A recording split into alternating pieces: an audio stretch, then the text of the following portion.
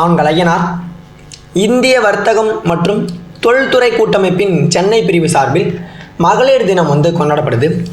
அதில் பெண் சாதனையாளர்களுக்கு விருது வழங்கும் விழா ஏற்பாடு செஞ்சுருக்காங்க. அதனுடைய தலைமை யார் வகிக்கிறா அப்படின்ட்டு பார்த்தீங்கன்னா, சென்னையினுடைய கிளை தலைவராக இருக்கக்கூடிய பிரசன்னா வசநாடு அவர்கள் தலைமை வகிக்கிறார். அந்த விழாவினுடைய சிறப்பு விருந்தினராக பிடிஆர் பழனிவேல் தியாகராஜன் அவர்கள் வருகிறார். சாதனையாளர், அதாவது 8 பெண் சாதனையாளர்களுக்கு அவர் விருது வழங்குகிறாரு. விருது வழங்கிட்டு பின்பு அவர் பேசும்பொழுது சொல்கிறாரு, சமத்துவம் என்பது வேண்டும் அப்படின்ட்டு குறிப்பிட்டு, வருங்காலம் பெண்கள் கிட்ட தான் இருக்குது, அவர்கள் தான் இந்த தமிழ்நாடு மட்டும் இல்லாது அனைவரையும் எழுச்சி பாதையில் கொண்டு செல்ல போகிறார்கள் அப்படின்ட்டு அவர் குறிப்பிட்டார். தமிழ்நாடு எல்லாத்துலேயும் சிறந்து விளங்குது. அதாவது சமூக வளர்ச்சியாக இருந்தாலும் சரி, கல்வியாக இருந்தாலும் சரி, அதில் பெண்களுக்கு சம உரிமை அளித்து ஒரு சேர வளர்கிறது அப்படின்ட்டு சொல்கிறார். சம உரிமை அப்படின்றது நம்ம பெரியாரில் ஆரம்பித்து அவர் சொன்ன ஃபிலாசபியை கோட்பாடை எடுத்துக்கிட்டு அதற்கப்புறம் ஆட்சி அமைத்த திமுக அதை செயல்படுத்துச்சு.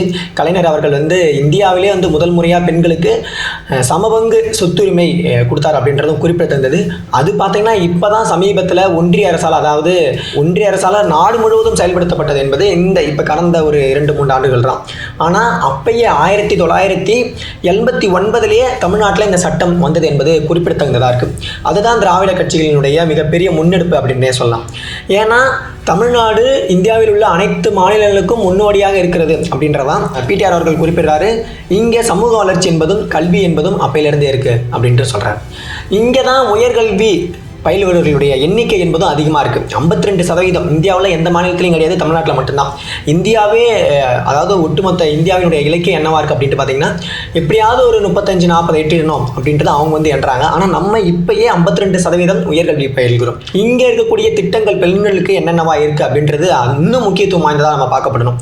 அதாவது உயர்கல்வி பயில வேண்டும் என்பதற்காக அரசு பள்ளியில் படித்த மாணவிகளுக்கு மாதந்தோறும் 1000 ரூபாய் வழங்கும் திட்டத்தை இப்போ சமீபத்தில் அரசு ஏற்படுத்தி செஞ்சிருக்கு. அப்போ இதெல்லாம் தான் ஒட்டுமொத்த சமூக வளர்ச்சி, பெண்களுக்கான கல்வி என்பது தான் சமூகத்தை ஒரு சேர உயர்த்தும் அப்படின்ட்டு பிடிஆர் அவர்கள் குறிப்பிடுறார். இந்தியாவில் உள்ள உற்பத்தி தொழில் இருக்குது பார்த்தீங்களா, அதில் பெண்களினுடைய சதவீதம் இருக்குது. பெண்களினுடைய சதவீதம் எந்த அளவுக்கு இருக்கோ அதில் தமிழ்நாட்டினுடைய சதவீதம் என்னவா இருக்குது அப்படின்ட்டு பார்த்தீங்கன்னா 42%. அதாவது ஒட்டுமொத்த இந்தியாவில் வேலை செய்யக்கூடிய பெண்களினுடைய சதவீதத்தில், அதாவது 100 அப்படின்ட்டு வச்சுக்கிட்டா அதில் 42% தமிழ்நாட்டு பெண்கள் வேலை செய்கிறாங்க அப்படின்ட்டு பிடிஆர் அவர்கள் குறிப்பிட்டார். அப்போ இந்தியாவில் பல மாநிலங்கள் உள்ளது, 100 பேர் வேலை செய்கிறாங்க அப்படின்ட்டு நம்ம எடுத்துக்கிட்டா அதில் 42 பேர் தமிழ்நாட்டிலேருந்தே செய்கிறாங்கன்னா மீதி 52 பேர் மட்டும்தான் மற்ற மாநிலங்கள்லேருந்து செய்கிறாங்க. அப்போ இது எந்த அளவுக்கு மிகப்பெரிய வளர்ச்சியாக இருக்கும் அப்படின்றதான் பிடிஆரினுடைய முன்னெடுப்பாக இருக்குது. தமிழக பெண்கள் தொழில்துறையில் முன்னேற்றம் அடைந்து வருகின்றனர் அப்படின்ட்டு பிடிஆர் அவர்கள் குறிப்பிடுறாரு. அவருடைய வாழ்க்கையோட இணைச்சும் இந்த இதுவை சொல்கிறார். மகளிர் தினத்தை என்ன சொல்கிறாருன்னா, என்னுடைய கல்வியிலையும் வாழ்க்கையிலையும் எனக்கு வழிகாட்டியாக இருந்தவங்க பெண்கள் தான். அவர்களுடைய வழிகாட்டுதல் என்பது என்னுடைய வாழ்க்கைக்கு மிக மிக முக்கியமானதாக இருந்துச்சு அப்படின்ட்டு சொல்கிறார். என்னுடைய தந்தை நடத்திய நிறுவனத்தை நான் வளர்ச்சி பாதைக்கு கொண்டு செல்கிறேன்னா அதற்கு என்னோட வாழ்க்கையில் பங்களிப்பு செய்த பெண்களினுடைய பயிற்சி என்பது இருந்ததுனால் மட்டும்தான் என்னால் இந்த அளவுக்கு முன்னேற்றம் அடைய முடிஞ்சுது அப்படின்ட்டு சொல்கிறாரு. இன்னொன்று, அவர்களுடைய பங்களிப்பு என்பது விலை மதிப்பற்றதாக இருக்குது. அந்த அளவுக்கு அவங்களுடைய பங்களிப்பு, பெண்களினுடைய பங்களிப்பு இந்த சமூகத்தில் இருக்குது அப்படின்ட்டு குறிப்பிட்டார். அப்போ இங்கே பெண்கள் என்பவர்கள் அதிக அளவு சாதனையாளர்களாக இருந்தால் மட்டும்தான் பொருளாதாரம் என்பதோ வாழ்க்கை தரம் என்பதோ முன்னேற்றம் அடையும் அப்படின்ட்டு பிடிஆர் அவர்கள் குறிப்பிட்டார். பெண்கள் என்பது ஒரு சமத்துவமான ஆணுக்கு நிகரான பெண் என்னும் கோட்பாடு பெரியார் காலத்திலிருந்து கூறப்பட்டு வந்திருக்கு. அதை முன்னெடுத்தவர் தமிழ்நாட்டில் முக்கியமானவராக பார்க்கப்படுபவர் பெரியார் தான்.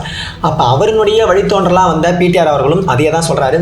சமத்துவம் என்பது வேண்டும், சமூக நீதி என்பது வேண்டும், ஒரு சேர வளர்ச்சி என்பது வேண்டும் அப்படின்ட்டு தான் பிடிஆரினுடைய வாதமாக இருக்குது. இந்த அளவுக்கு சமூகம் வளர்ந்ததற்கான காரணங்களில் முக்கியமானவங்களா பெண்கள் இருக்காங்க அப்படின்ட்டு பிடிஆர் அவர்கள் குறிப்பிட்டிருக்காரு.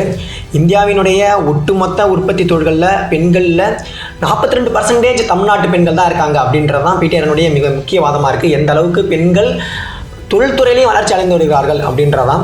இது குறித்தான உங்களுடைய கருத்துக்கள் என்னவா இருக்குது அப்படின்றத நம்மளுடைய கமெண்ட் செக்ஷனில் கமெண்ட் பண்ணுங்கள். தொடர்ந்து நம்ம கோப்பாசை சேனலோட இணைந்திருங்கள். நம்ம கோப்பாசை சேனல் அப்படியே சப்ஸ்கிரைப் பண்ணிடுங்க. நன்றி, வணக்கம்.